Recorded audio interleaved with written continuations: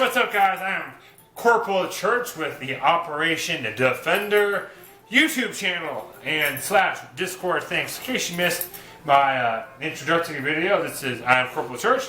This is apparently once again my co-host Winnie Rose enjoying her tennis ball, and then we are a channel that runs stuff all about military. So the goal is to help folks understand it, maybe help decide if it's right for them, maybe give spins about things happening in the world from the perspective, I guess, of me, which is a veteran, and then ideally at some points you get co-hosts, folks from other branches. I was in the Marine Corps. I'm a Marine Corps vet, got as a corporal, hence Corporal Church, and Church comes from my other YouTube channel, which is all about Destiny 2, where I went with my gamer tag, Church of Caboose. And yeah, that's the channel. The whole goal is to fight stereotypes, help mental health, and bring folks together and just kind of bring more understanding, so that way folks kind of get each other a little bit more without having had to have served in the military yourself. And as promised, this first video that's covering a topic, we are debunking or working on a myth about do people only join the military because they have no other option? I have been told throughout the last couple of years and heard from other people, it's just kind of a common thing where if you're like, yeah, I want to join the army or whatever, and someone's like, oh, you must no other options, huh? That sucks for you. And the assumption kind of seems to be if you join the military, then clearly you did something wrong. You did something wrong in your life that led to the path of the military really being your only option. And in my case, I got this lovely little corgi named Winnie Rose because I met my wife and she was my wife's dog, and now she's great. So there's one pro. Anyhow, alright, so first let's take a look at there are a lot of people that are eligible for the military, because in my opinion, if you're going to assume that being in the military is the last option, that would have to mean that basically everyone is at least able to join, right? Well, according to this article called Loom, let's see here, I got my computer pulled up. It's there we go. It's cut from theheritage.org, and the article is looming national security, young Americans unable to serve the military. And they are either reporting on the study or ran a study, and they end up finding 71% of today's youth between the ages of 17 years old to 24 years old cannot join the military. Now, in case you're thinking 17 sounds young, it is. The Army, though, runs some sort of a program that allows folks to start boot camp and some other programs at the age of 17 instead of the typical 18. So you have to get more signatures and stuff, but I'm guessing that's why they went with 17 to 24. And they broke down out of that 71% the reasons, and these big reasons for why people are unable to join. Number one was health problems, where 32% of those folks have health problems that made them ineligible. That could range a whole wide range of stuff. It could be like eyesight. Maybe your eyesight's so bad that even with glasses you can't meet the proper vision requirements.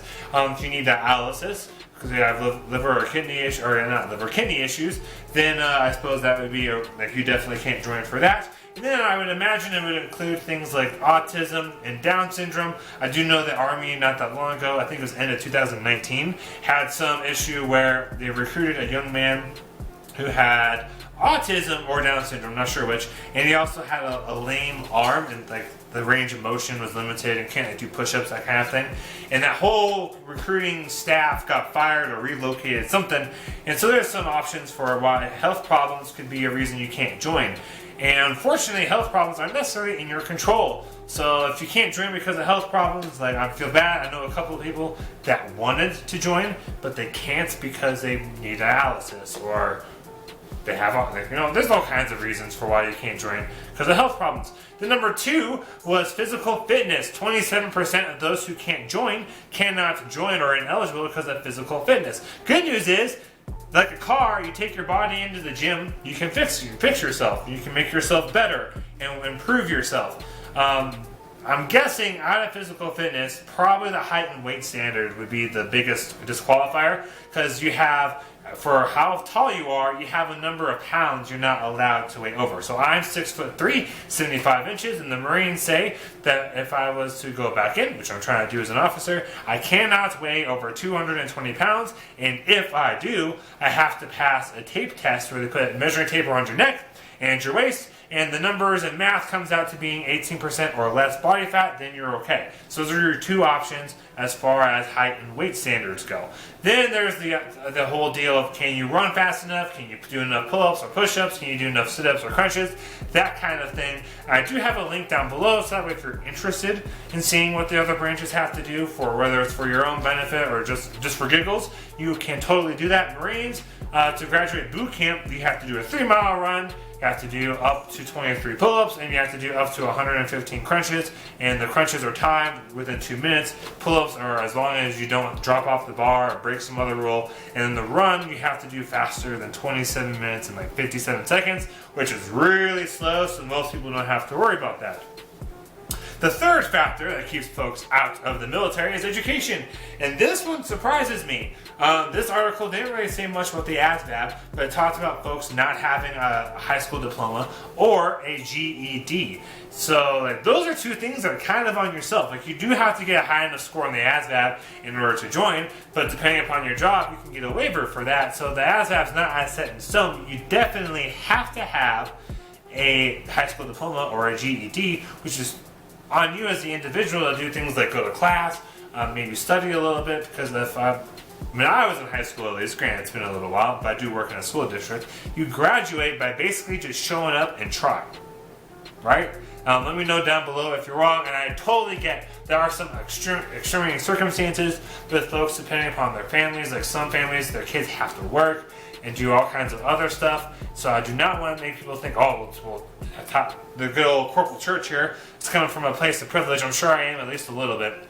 But just going to school doesn't seem like that hard of a thing, just to meet a minimum requirement for graduation. But maybe that's just me. I try really hard for this first official video to not be super duper polarizing, because I want everyone to realize I'm totally down for talking different ideas, expressions. I have an open mind. I want to have debates and talking and sharing of ideas. And so I just want to move on from the education, because I don't want to take anyone else off and say something I regret later. Okay, then we have the last reason you can't join, which is criminality, which makes up for 10% of the applicants can't join because of criminality. That could be certain drug use, it could be gang or white supremacy, gang relations, could be getting convicted of a felon, could be all kinds of stuff, but not that many people run into issues. So the point of sharing all of this is that, as we have seen from this graph, really, as long as you have a high school diploma, because that's the bare minimum to be eligible for the military, you have a lot of options. Like, the job I have right now does not require a bachelor's degree. I have one, but it does not require a bachelor's degree, but it does require a high school diploma. And there are plenty of jobs out there that don't even require high school diplomas, but obviously you get paid more for having a diploma. But the point is, like, if you're able to join the military, you probably have lots of options, whether it be going to work after high school, it could be taking a year off to work and then go to college, it could be going to college, it could be trade school, tons of options.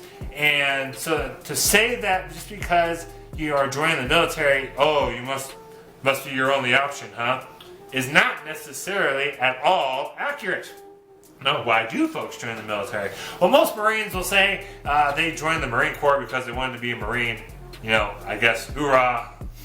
That's a pretty moto answer. But there was another article I found by Task and Purpose that I'll have linked down below as well, which says basically the overwhelming majority of people join the military, or at least the Army, for occupational reasons. Now, this article is just about the Army, but I'm okay with applying it to the whole armed forces, because the Army is, if it's not the biggest branch in personnel numbers wise, it is up there. It's one of the biggest. And so it's a large sample pool to me that makes me feel okay with applying it to other people. And also, from my experience when I was active duty, pretty much all of these reasons that folks join applied to everyone that I knew. And then why they picked a certain branch was, I want to be a Marine. Haha. So there we go. So we're going to be applying this to the whole armed forces. It did say, some people had a institutional reason, that they felt like they were called to serve, their family history. Like, there's a couple of candidates that want to be officers who have uncles and stuff that were colonels. So, like, for them, they want to kind of continue on the family path. But for most people, it's occupational. You can check out the graph down below, and I'll have a screenshot too coming up here. For occupational reasons, people want the adventure and the travel. Benefits, which are great: college, housing, free medical. Oh, it's great. Job stability, like you're basically not fireable as long as you don't do illegal stuff for as long as your contract is. And then after that, you just have to be eligible to have your branch say, yeah, we want you to stay in. Then you get job training, which could be a whole other video. Is the job training you get while you're in actually that helpful for getting a job when you get out? For that, I would love to have a guest speaker, because it did not work out for me. And so I would love to have a guest speaker from somebody that did work out for, so that we can kind of have both sides of the spectrum. So let me know down below if you would like to kind of contribute to all of this. So anyway, like, there's lots of reasons that people join the military, and almost none of them said, at least explicitly, is because they had no other option. Most of them are like, hey, we want the money. Now maybe they want the money because they feel like their options are limited or things aren't going as well. I know I'm kind of stuck in a place with student loans and rent and stuff stacking up for my wife and I, and with what we make. We're like, you know what, we gotta make a change. So hey, I was in the Marines before. It shouldn't be that huge of a deal to go back in. What do you think? And we were finally like, yeah, we're gonna do it. And so like, money for us was a huge factor. So I'd love to hear down below why you guys joined. Do you agree, from what I found, that joining the military is only because it was your last resort is an accurate, I guess, myth? I'm debunking it. I'm claiming it's a myth. It's not all true. It probably only applies to a very small number of people, if any. There's also a common phrase of either you go to jail to do the time or you join the military to do the time. I haven't met anyone where that's been the case. Maybe that's an older thing than the 2000s for that to happen. I don't know. So maybe if you know for sure, let me know. I did not research that, so I'm just kind of curious. Maybe that's something I'll look up later. Alright guys, thank you all so much for watching. If you enjoyed this video, please like and subscribe to the channel. If you are a veteran or a service member yourself, you are more than welcome to join our Discord, Operation Defender. If you are not a veteran, please don't join. They're trying to keep it veterans only. There's a lot of personal stuff that folks tend to share on there, and the whole original creation for that Discord was to have anonymity when sharing. If we get big enough with the channel, maybe I'll make another one that's just for everyone, and then we'll have that specific military like channel only or server or something. Anyways, so I am Corporal Church. Right hand salute. Thank you so much for coming by Operation Defender. Until I see you guys next time, have a great week and keep doing what you do. Just be you, boo.